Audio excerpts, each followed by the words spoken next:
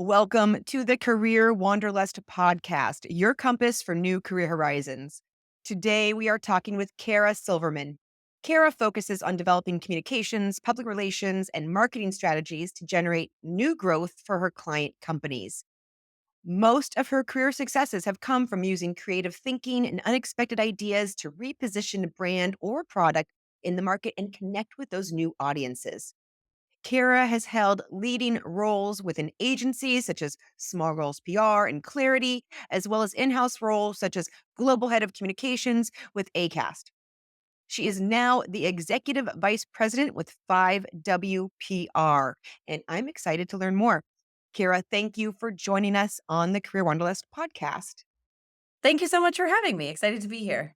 I'm really glad you're here with us. Thank you. Please, could you tell us a little bit about what you feel has been some of your favorite career advice and why? Yeah, that's such a good question. I remember talking to a college student a couple months ago who was just at the beginning of her career and thinking, your career isn't going to go in a straight line. And Right. I think that was really helpful advice for me. And something I definitely wish I'd known when I was getting started is that as much as we want to follow the pattern and take the next step and know what's coming, especially nowadays, most careers don't follow a straight path. They don't Right. go in a straight line. And being open to all the different directions is something very useful.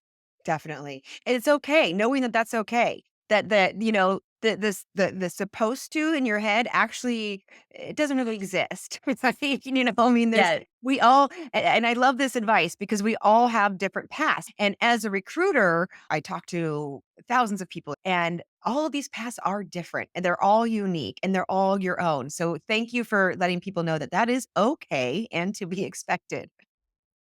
You don't need to Yeah, forget most about it. definitely. I think the trick is being able to story tell whatever it is that you're experiencing and understanding the through lines yourself. So even if it feels like one job isn't connected to another job, or if you have a gap or you're kind of trying something being experimental, as long as you can connect the dots and help an employer or someone you're trying to work with understand what your career path looked like and kind of how you got from A to Z, I think that's what matters and being open to wherever that path goes. Completely. And that's great advice as well. Understanding your own story, why you made the decisions, being able to be very clear in your communications with your next potential employers is incredibly important. And that makes all the difference. Yeah. Absolutely. Yeah. Now, what about a story? I'd love to hear a story from people. Is there something that happened in your career that ended up being an impactful lesson to you? What happened and what did you learn from it? I think something that has been reinforced for me many, many times over is that relationships matter probably more than anything else. And that knowing someone will open a door for you in a way that just being good at something isn't going to do. I Mm-hmm. think the last time that I interviewed in a real way for a job was 2011. And Okay. pretty Yeah. much since then, every role that I've had, every job, every position has been the result of getting to know someone, working on a project Mm. with someone, collaborating in some way. That's not necessarily a story, but I think it's a lesson that's become really true over time. Uh, I think it's also true in the execution of my work and the execution of PR. Relationships really matter. If you Right. know someone, you can ask questions, you can get through the door. It maybe won't guarantee a result or something like that, but the I think the relationships are really powerful and that who you know matters more. The story I always tell Okay. to demonstrate this is actually about my brother. When we were teenagers, my brother got a job at the Great Steak and Potato, a restaurant, like a fast casual chili Philly cheesesteak restaurant Mhm. in Ohio. He had never worked in a kitchen, did not know how to cook, was not the family member that was helping out around Thanksgiving or anything like that. When he got that job, I remember being just shocked and saying to my dad, "I cannot believe someone hired Jason to work in a kitchen. He doesn't know anything. That's Mhm. crazy."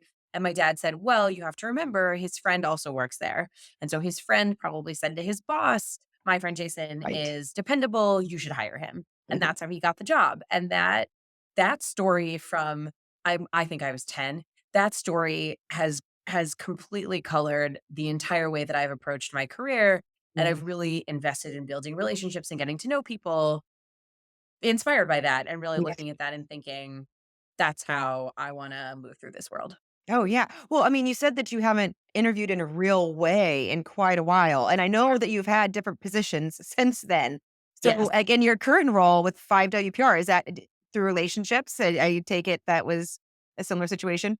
Yes, well, I'm lucky to have rejoined 5W for now the 3rd time. This is Oh, wow. I'm a boomerang employee, Yeah, yeah. so I've come back a couple times. They're definitely doing something right.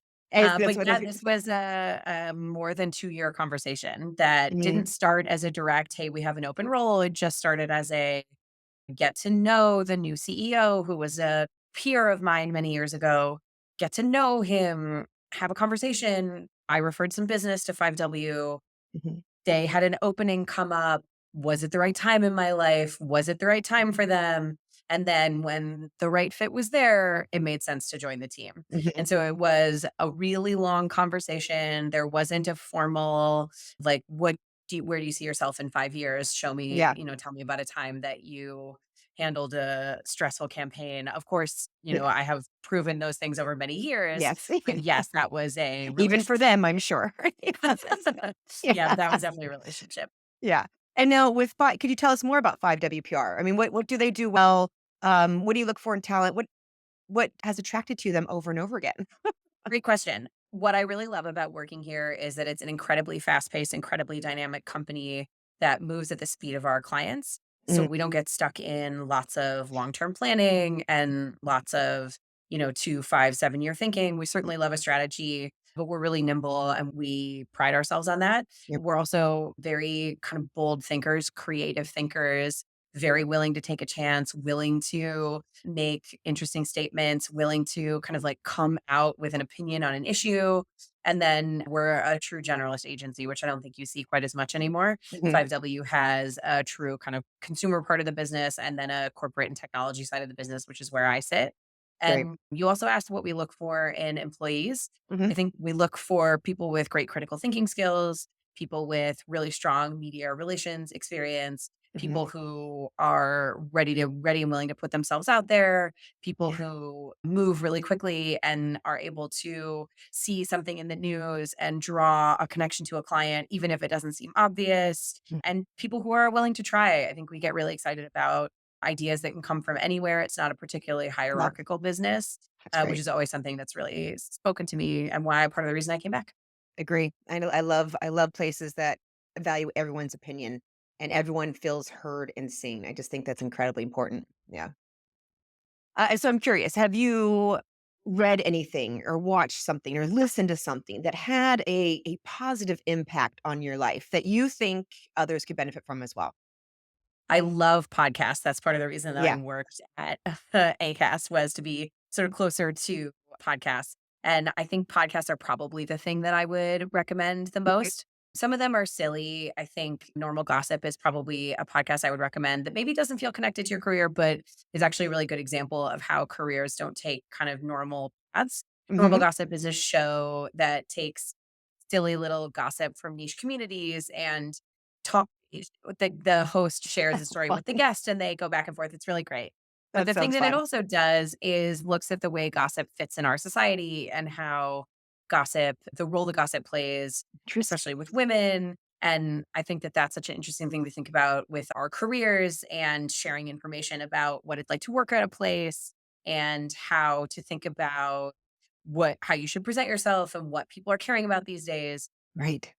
Gossip, information sharing, such a fine line. And so I think that's probably a podcast that I would recommend. I think other ones that have been really useful are things that How I Built This is another great example that I'm sure you've probably heard before, which is a No. podcast. Oh, it's with Guy Raz. It's Mhm. wonderful. It's the story of entrepreneurship. They talk to Great. founders from all around the world who have started companies like 1-800-Flowers, Edible Arrangements, all the way through Great. to like Airbnb. And you get to Mhm. hear all the different stories about how businesses came to be. Oh, fascinating. And Yeah. they're not always applicable because sometimes those companies are huge and far away, but it's helpful to hear how sometimes people fail when they're getting started with something, Exactly. or how maybe they were really successful and then they took a wrong turn, or it was built really slowly over time, and I think that's really helpful for your career as well. I completely agree. Hearing other people's stories, it's relatable. It helps you. I mean, you're able to kind of learn some of the lessons through listening to them. and you're able to relate your own self to other people. I don't know, you just feel less alone. And you, like, even just listening to people, you kind of can feel heard, if you will. I So agree. I love that. And I haven't listened to either one of those podcasts. So I'm excited. I love the question Highly because recommend. you just get exposed to new things that you haven't either read or watched or listened to. So thank you for sharing. So, well, now before you go, I'm curious if you could share with me, what do you feel is your personal superpower, and how has it benefited you in life? I think something that I've really developed over time is my kindness muscle. And I think that Ooh. that's something that you don't hear a lot in successful business people. Most Mhm. people assume that as you climb your career, you have to be like more ruthless, more tough. And I'm still ruthless and tough, but I'm also kind and polite and understanding. I think that's really important in being successful is treating people with Yes. kindness. And I want to work with people who are kind and respectful. I wanna work with people who are successful and doing great things and making the world a better place and building businesses, but I don't think that you need to be difficult or No. rude to do that, and I think it's taken me a long time to learn how to be kind while also being direct and clear and effective and not being underestimated, and I think Mhm. that's a superpower. Yes, absolutely. Kind does not mean you're a pushover. That's right.